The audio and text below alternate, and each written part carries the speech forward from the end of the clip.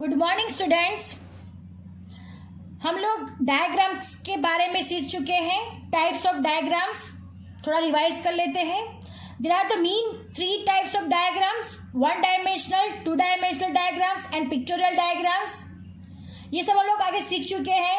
1 dimensional diagram में भी बहुत सारे सब पार्ट्स हैं, 2 डायमेंशनल डायग्राम में 2 पार्ट्स हैं और पिक्टोरियल डायग्राम्स सिर्फ पिक्टोरियल डायग्राम्स हैं, right.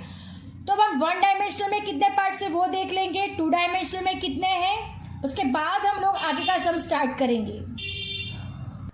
Now look at here, 1 dimensional diagram में कौन सा है, तो फर्स्ट है बार डायग्राम, सेकंड वन है मल्टीपल और एडजेसेंट बार डायग्राम, थर्ड वन है simple divided bar diagram, percentage divided bar diagram.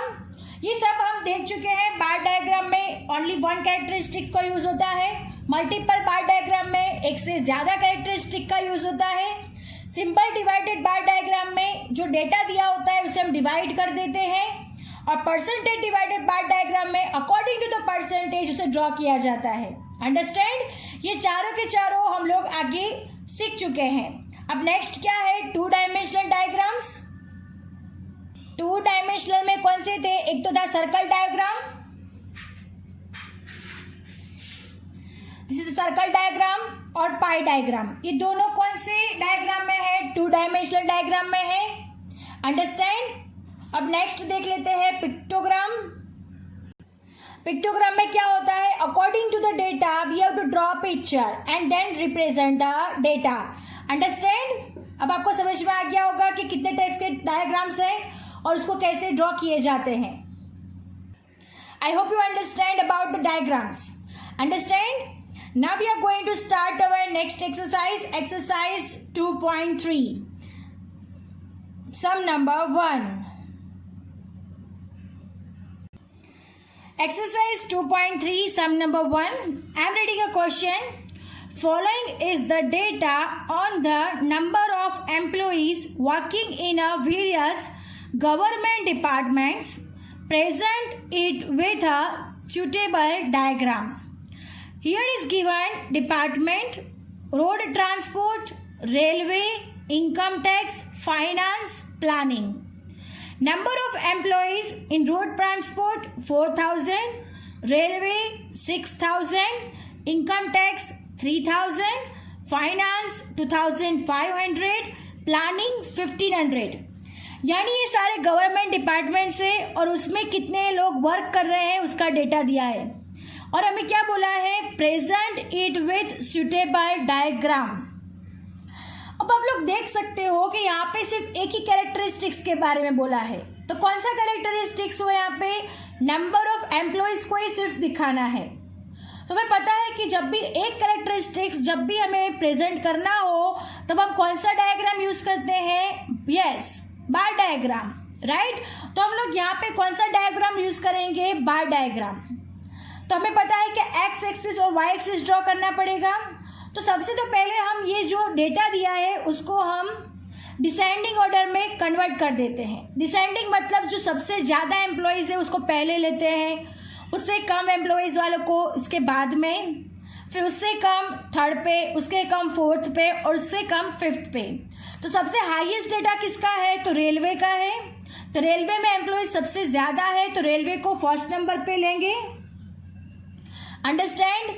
The next data कौन सा है, रोड ट्रांसपोर्ट, सेकेंड नंबर पे हम लोग रोड ट्रांसपोर्ट 4,000 लेंगे। नाउ थर्ड नंबर पे कौन सा आएगा, इनकम टैक्स आएगा 3,000। नेक्स्ट कौन सा आएगा, फाइनेंस आएगा, और लास्ट में आएगा प्लानिंग डिपार्टमेंट। अंडरस्टैंड? तो सबसे पहले रेलवे, फिर road transport, then income tax, then finance and last one planning. पहले हम इसको ऐसे कन्वर्ट कर देते हैं, पहले तो हम उसको ऐसे प्रिपेयर कर देते हैं। तो सबसे पहले रेलवे ड्रॉ करेंगे, फिर रोड ड्रॉ करेंगे, फिर इनकम टैक्स, फिर फाइनेंस और प्लानिंग। अंडरस्टैंड? ताकि हम जब भी वो प्रेजेंट डायग्राम पे करें तब हमें आइडेंटिफिकेशन में इजी तरह से पता चल जाए कि कौन से सेक्टर में सबसे ज़्यादा एम्प्लॉयज़ है, कौन से सेक्टर में कम है और कौन से सेक्टर में बिल्कुल कम है। अंडरस्टैंड? अब हम ये डेटा को प्रेजेंट करेंगे on the bar graph. Understand? So ये बार ग्राफ अब हम ड्रॉ करेंगे। Now look at here students, bar diagram showing the number of employees working in a various department। ये हमारा हेडिंग रहेगा। डिपार्टमेंट और नंबर ऑफ एम्प्लॉयज़ को पहले तो हम सही तरह से, जैसे सबसे ज़्यादा है उससे कम है फिर उससे कम है, उस तरह से हमने अरेंज कर दिया है। रेलवे में 6000, रोड ट्रांसपोर्टेशन में 4000, इनकम टैक्स में 3000, फाइनेंस में 2500 और प्लानिंग में 1500। अब हमने एक्स एक्सिस पे लिया है डिपार्टमेंट, वाई एक्सिस पे लिया है नंबर ऑफ एम्प्लॉइज और half centimetre is equal to 500 employees. Now look at here student,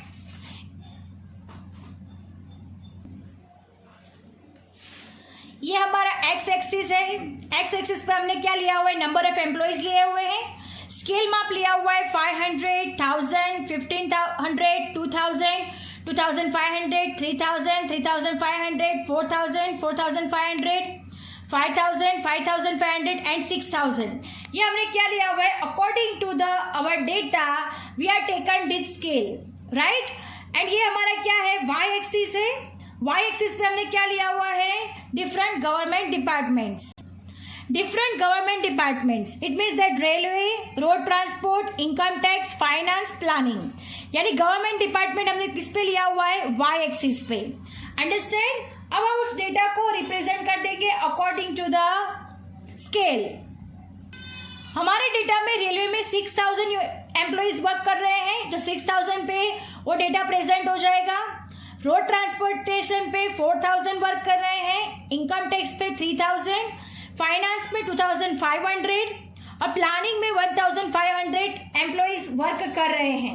इस तरह से सारा डेटा प्रेजेंट हो जाता है। अब हमें ये प्रेजेंट डेटा पे से पता चलता है कि सबसे ज़्यादा वर्कर्स रेलवे में हैं, उससे कम वर्कर्स रोड ट्रांसपोर्टेशन में हैं, उससे कम वर्कर्स इनकम टैक्स में हैं, उससे भी कम फाइनेंस डिपार्टमेंट में है और उससे भी कम प्लानिंग में है। अंडरस्टैंड? ऐसे में डेटा पता चल जाता है। ये आइडेंटिफिकेशन करना बहुत ईजी है। हम लोगों ने डायग्राम की इंपॉर्टेंस और लिमिटेशंस देखे थे, राइट। तो इंपॉर्टेंस में क्या था, it present in attractive manner. ये प्रेजेंट होता है अट्रैक्टिव मैनर में और इजीली अंडरस्टैंडेबल, यानी इजीली ये क्या कर सकते हैं हम लोग, अंडरस्टैंड कर सकते हैं। कैसे इजीली अंडरस्टैंड कर सकते हैं, तो हम कोई भी व्यक्ति होगा, कोई भी पर्सन होगा, वो यहाँ से ऐसे डेटा ड्रॉ किया हुआ देखेगा तब उसे आसानी से पता चल जाएगा कि रेलवे में कितने वर्कर हैं, एम्प्लॉइज है, रोड ट्रांसपोर्टेशन में कितने एम्प्लॉइज हैं। उसको इसी तरह से पता चल जाएगा कि कितने एम्प्लॉइज कहाँ पे वर्क कर रहे हैं। इस तरह से डेटा यहीं से हम लोगों को क्या हो जाएगा, मिल जाएगा। इससे कोई प्रॉब्लम होगा नहीं। अंडरस्टैंड? तो ये क्या हो गया, हमारा बार डायग्राम हो गया। आपको ये सारे पॉइंट्स लिखने हैं, एक्स एक्सिस, वाई एक्सिस, सब कुछ दिखाना है परफेक्टली और ऐसे ही परफेक्टली ड्रॉ करना है। ये क्वेश्चन एग्जाम में आस्क होते हैं, क्योंकि ये चैप्टर का नाम ही प्रेजेंटेशन ऑफ डेटा है, यानी हम डेटा को कैसे प्रेजेंट करते हैं। तो ये एक थर्ड मेथड है जिससे डायग्राम से हम लोग डेटा को प्रेजेंट किया जाता है। फर्स्ट मेथड हमने सीख ली है, सेकंड मेथड भी हम लोग सीख चुके हैं, जो क्लासिफिकेशन ऑफ डेटा थी, जिसमें मैनीफोल्ड क्लासिफिकेशन, सिंपल क्लासिफिकेशन था। फर्स्ट में भी हम लोग सीख चुके हैं डिस्क्रीट डेटा और कंटिन्यूअस डेटा, राइट। और ये थर्ड है पार्ट हमारा डायग्राम्स। डायग्राम्स में आपको क्या करना है, जो डेटा होता है उसको रिप्रेजेंट करना होता है according to the suitable diagrams. Understand? तो ये हमारा सिंपल 1 कैरेक्टरिस्टिक्स वाला डायग्राम था, it is called bar diagram, जो हमने अभी ड्रॉ कर दिया है। I hope you understand it very well. Our sum is over here. आप लोग यहां से ड्रॉ कर सकते हो, सेम ऐसे ही ड्रॉ करना है।